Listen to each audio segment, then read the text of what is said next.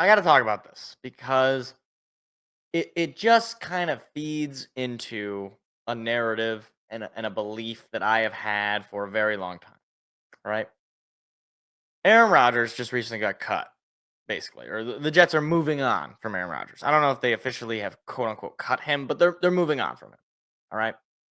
And apparently Devontae Adams could also be moved on from. So it's a bit of a reset for the New York Jets.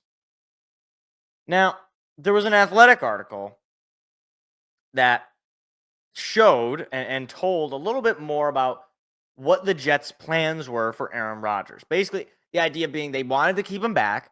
However, we had a few conditions for Aaron Rodgers in order to keep you here. Okay? This isn't all that unusual. A lot of times a new regime comes in, some of the veteran players, they kind of, run, okay, what is it that you're going to do? And then you go from there. Perfect example, Matthew Stafford, as soon as Campbell and Holmes were drafted, it was clear from Holmes and Campbell's perspective, we're going to rebuild. Stafford said, I don't want to be in a rebuild. Okay, we'll ship you out to somewhere and you can do for that what you will. The Jets' plan, according to The Athletic, for Aaron Rodgers, quote, no outside media appearances, including McAfee, attendance at mandatory practice. Now, somebody elaborated a little bit further and quoted directly from the article here. And I quote, Rodgers flew to New Jersey last week to meet with team leadership, including new head coach Aaron Glenn and general manager Darren Mogi, or Maugi. I don't know how to pronounce that. Heading into the meeting, the Jets were undecided on whether to go forward with Rodgers, but were open to the possibility if Rodgers agreed to make adjustments. Among them, Rodgers would no longer be permitted to make outside media appearances during the season, including his regular paid appearances on the Pat McAfee show. And secondly, he will be required to attend all mandatory practices.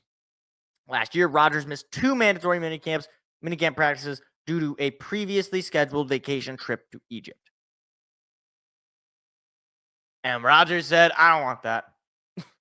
Rodgers said, no, you can't make me.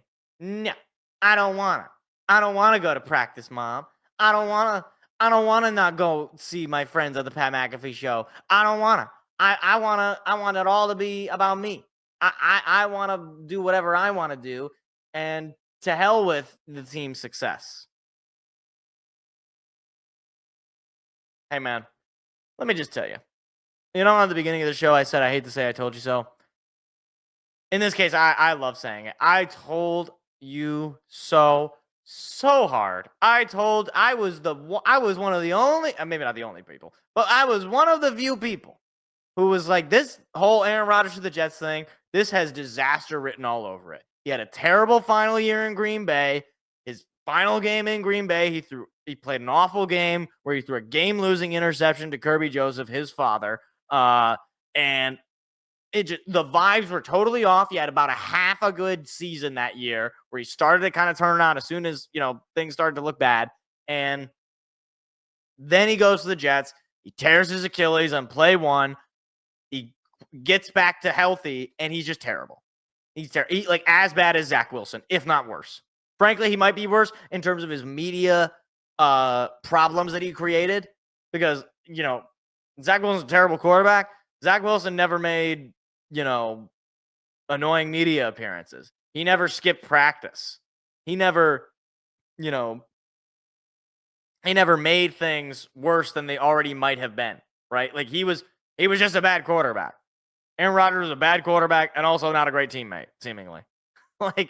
Seemingly not someone you could really get around with. Like, Aaron Rodgers comes in and he takes a team with one of the top defenses with a lot of young talent and Garrett Wilson and Breece Hall and some of these other guys on the defense. And by the end of it, you got no GM. You had no coach. You had a bunch of old, washed-up wide receivers. Devontae Adams, a shell of his former self.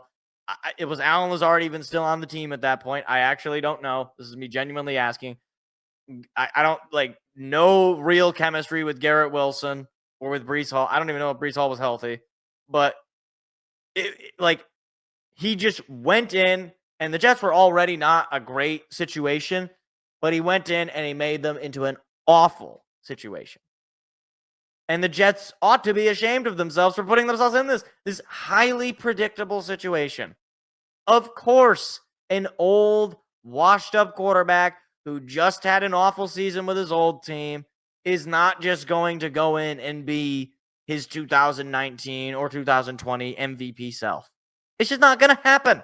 It is so obviously not going to happen. And the fact that not that many people predicted this would be the case, that many people thought that the Jets were going to be Super Bowl contenders because they went out and got Aaron Rodgers, was patently ridiculous. And it just goes to show how so many of these talking heads, so many of these media national personalities have no clue what they're talking about. They don't watch all of the games. They don't watch the games where Aaron Rodgers looks like, Stevie Wonder out there, or is disinterested, or is showing a clear character flaw. All they see is the guy who won the Super Bowl over a decade ago. So, of course you think that when he comes onto the Jets, he's just going to magically turn them into contenders. You know what's crazy? And I don't know how good Aaron Glenn is going to be as a coach. I do think he's a solid motivator and a solid leader. But I will say, you got to give the guy credit for immediately coming in and saying, we're not having any of this. All right. All this nonsense, all this Pat McAfee, all this going to Egypt, we're not doing any of this. And Rodgers can't do it because his ego is the size of a blue whale.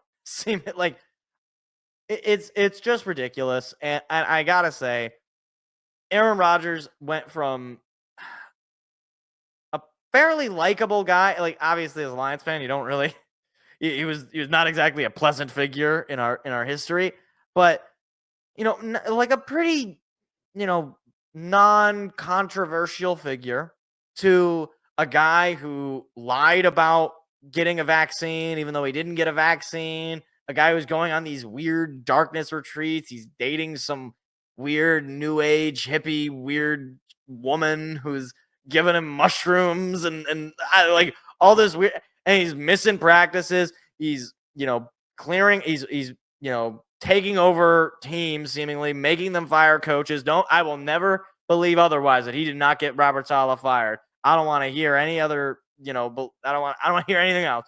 He definitely had a plan or definitely had a factor in that, to his stupid appearances on the Pat McAfee show, pretending to be just like one of the guys. You're just not a real dude. You're not actually into it because you love it, right? You're into it because you love the attention, right? You love the media spotlighting you. You love, being I'm going to be different than everybody. I'm going to say I'm going to talk about darkness retreats. I'm going to go get enemas in Peru or what it's why can't you just be a football player? Why can't you just be normal? Why do you got to be like this, Aaron? But, couldn't happen to a nicer guy, I guess. So, shout out Aaron Rodgers, and I don't know. Good luck, Jets, I guess. I don't know what you even do if you're the Jets. I suppose you draft a quarterback. I don't even know. Who's going to be available? Whatever. They'll figure it out. They won't, probably. I mean, historically. I hope they do. But historically, Is Joe Namath available? Hi, it's me again. If you enjoyed what you just saw, hit the like and subscribe button. We do live shows every Tuesday at 7 p.m. Eastern. Hope to see you there.